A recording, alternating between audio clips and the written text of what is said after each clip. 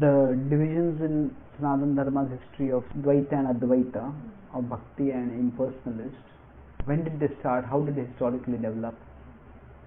The Upanishads, they talk about the absolute truth in terms which are both personalist and impersonalist. The Ishopanishad talks about from a personalist point of view. There are other Upanishads which talk about from the impersonalist point of view. So the idea is that the Vedic texts, they offer what you could call as user-friendly spirituality. What that means is, whatever is the level of consciousness of the reader, accordingly you make spiritual advancement. So people who are very fried out with worldly relationships, worldly emotions, if you tell them in the spiritual world there are relationships, I don't want to go there. So then for them, okay, spiritual world is a realm of oneness, of unity. That's what will attract them. That is also given. So historically, both of these originate from the Vedic scriptures, and both of them are meant for the spiritual elevation of different people who are coming from different backgrounds.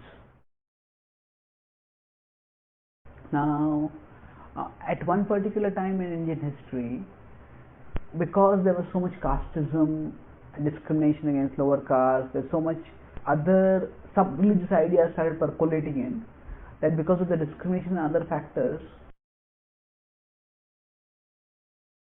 many people rejected Hinduism and they adopted Buddhism or Jainism. So from 5th century BC to around 5th century AD, many parts of India were ruled by either Buddhist or Jain kings.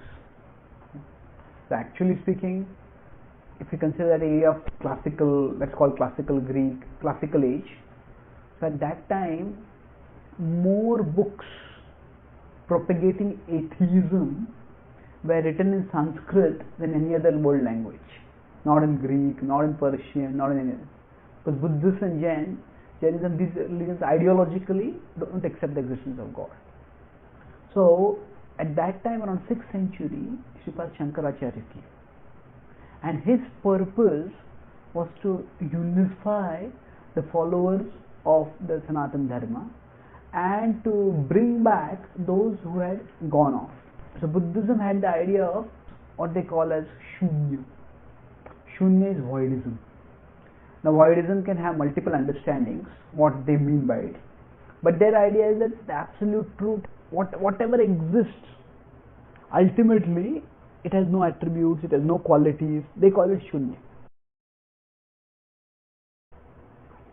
So then, because that was the pervading conception of people at that time. So Shankaracharya presented at that time the teachings of the Upanishads, which talks about the Brahma, the Buddhistic conception of Shunya and the conception of Brahma as drawn from the Upanishad by Shankaracharya.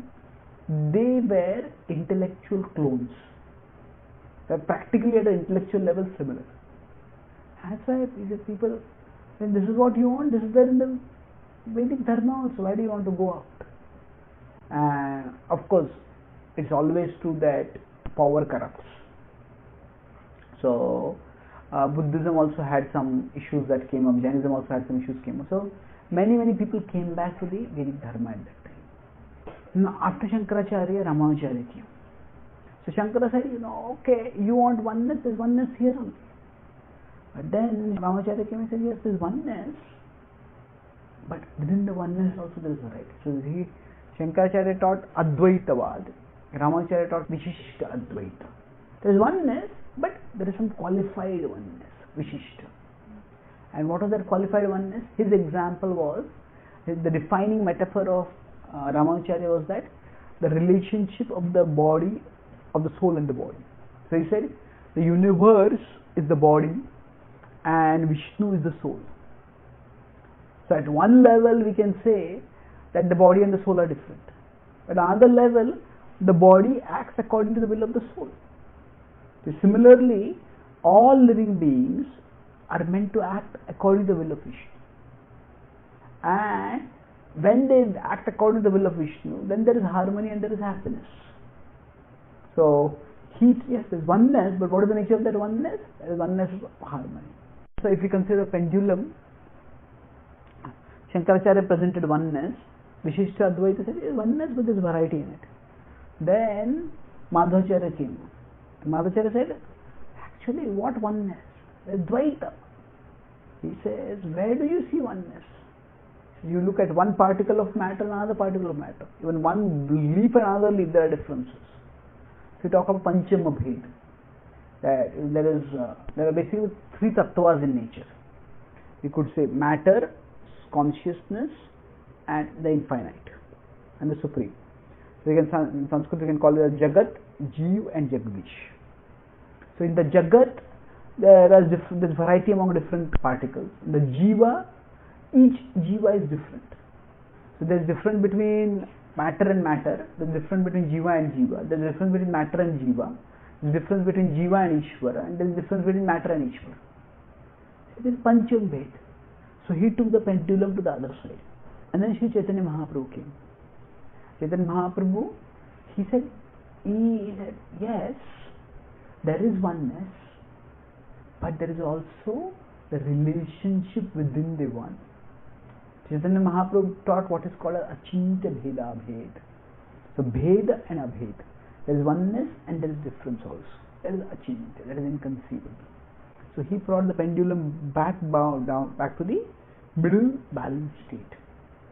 So you could say that Buddha, if you see, is symbolized with that means Shunya, is absolute to the zero.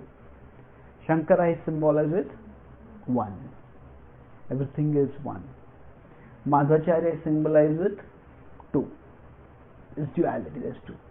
Chaitanya Mahaprabhu is symbolized with two-ness, but there is a joyful, ecstatic relationship between the two.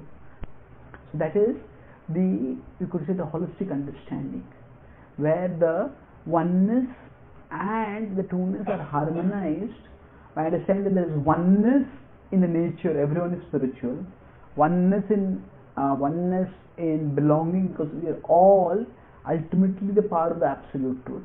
At the same time, there is two-ness in the sense that there is a reciprocation of love.